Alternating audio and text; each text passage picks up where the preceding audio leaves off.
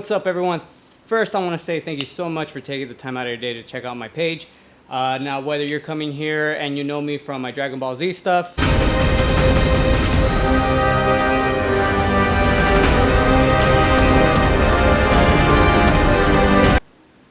or from my Eclipse of Apollo stuff,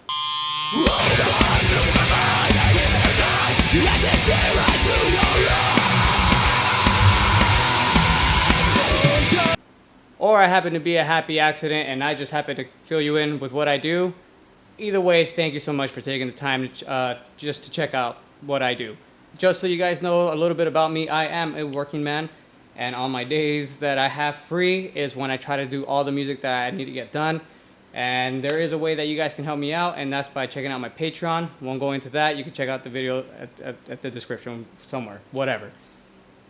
Anywho, this video is long overdue. It's probably going to be a long one because you guys deserve it, especially for those of you who have been sticking around waiting for all of this to just start happening. So there's a lot of things that are on the way. Obviously the Dragon Ball Z stuff, but there's also a lot of other things that have been brewing in the background. Of course, there's Eclipse of Apollo, and there's going to be a lot of collaborations that I'm going to be working with a lot of amazingly talented friends of mine.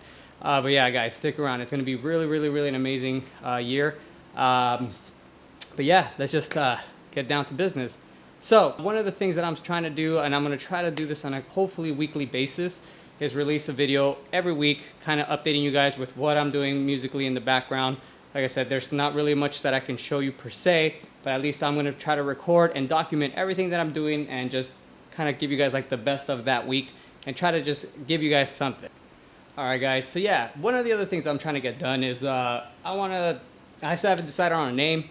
I'm thinking of calling it Talk Music for here on YouTube, and it's just pretty much going to be about that, where we just talk about music. And so, fittingly, I felt the proper subjects to kick this off would be the two things that I hear the most, out there.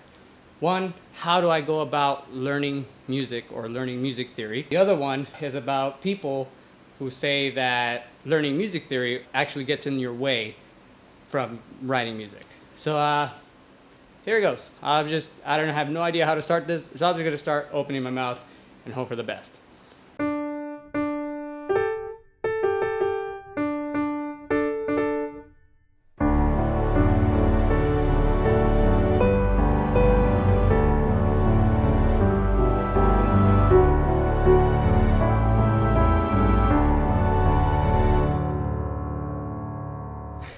So, for the first one, people normally ask me, what is my best approach to learning how to learn music in general?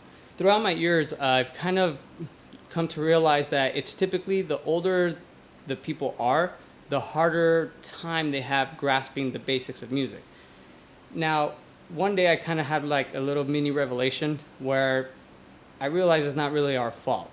And what I mean by that is that as we're growing up, we're always taught to think more, as in, first we're taught letters and words, sentences, paragraphs, essays, with math, addition, subtraction, multiplication, division, algebra. You get the point. So when people finally get around to learning music, they have this thought in their head that it is this unobtainable, extremely difficult thing. I don't know if that makes any sense, but for instance, if I were to tell you to read this, probably took you less than a second, huh? And that's because, practice and repetition. From reading so many years, you can just read what I wrote without any hesitation. And the same could be the same with music. But one thing that I do want to point out, that a lot of people tend to overcomplicate it. A lot of my students, when I would teach them, I would tell them, hey, this is a whole note. What this means is that I want you to play this note, doesn't matter which one, this one, but I want you to count to 4 and sustain the note and release after you say 1 again.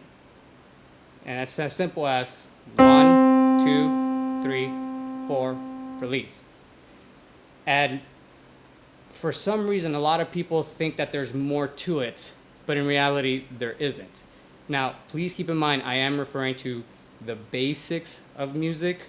Music does get more challenging, and that's where the fun is. But keep in mind, I am talking about the basics, and some of the things that I've experienced through my experiences of teaching others. And so, anyways, yes, when it comes to the basics of music, yes, it really is that simple. It's just simple as that. No need to try to overcomplicate it. Move on to the more fun stuff. So now, tying into my next subject, this has always been something that has, for me as a composer, as a songwriter, has always baffled me. And it's when I run into other musicians or songwriters I should say, who do not want to learn music theory because they believe in their mind that this only gets in their way and just hinders the creativity. And this, for some reason in music, that is the only profession where I have ever heard that somebody doesn't want to master their craft. It's like a doctor saying, I don't want to study that, just give me a knife. Let's cut it up, you know?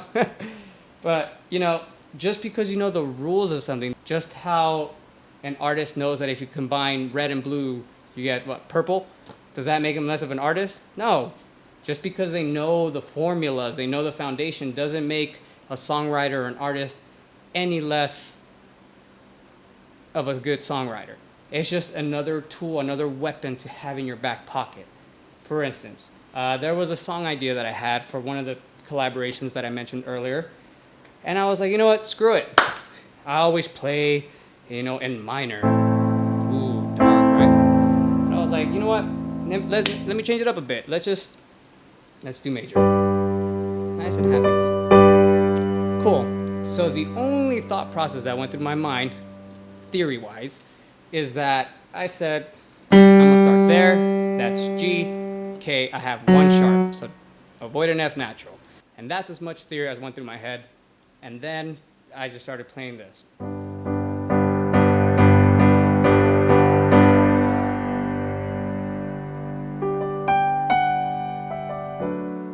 Oh, what's that? So now, keep in mind, I wasn't thinking, oh, I'm going to go into this chord. I don't know what I was going to. I just let my fingers go. But if someone were to ask me, oh, Abe, what are you playing? Like, what chords are you playing? Well, I started with a G, with a... And then I could just tell you, well, let's see, I'm playing a D, F, A. Oh, it's a D major chord. So I went from G to D. I went from 1 to 5.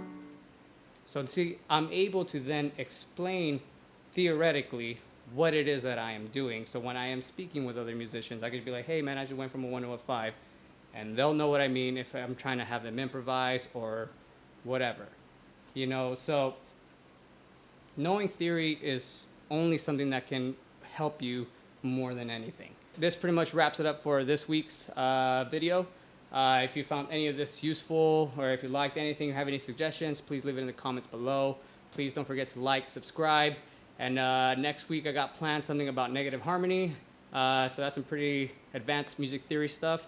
Oh, and just so you guys know, I am planning on releasing some music theory stuff for people who want to be a songwriter or a composer. And I do plan on starting from the very, very, very beginning, kind of from what we mentioned from this video, explaining what is a whole note, a half note, and, you know, eventually moving our way up the more complicated stuff. But yeah, I'm going to kind of fast forward and skip a lot of that and do the negative harmony stuff next week.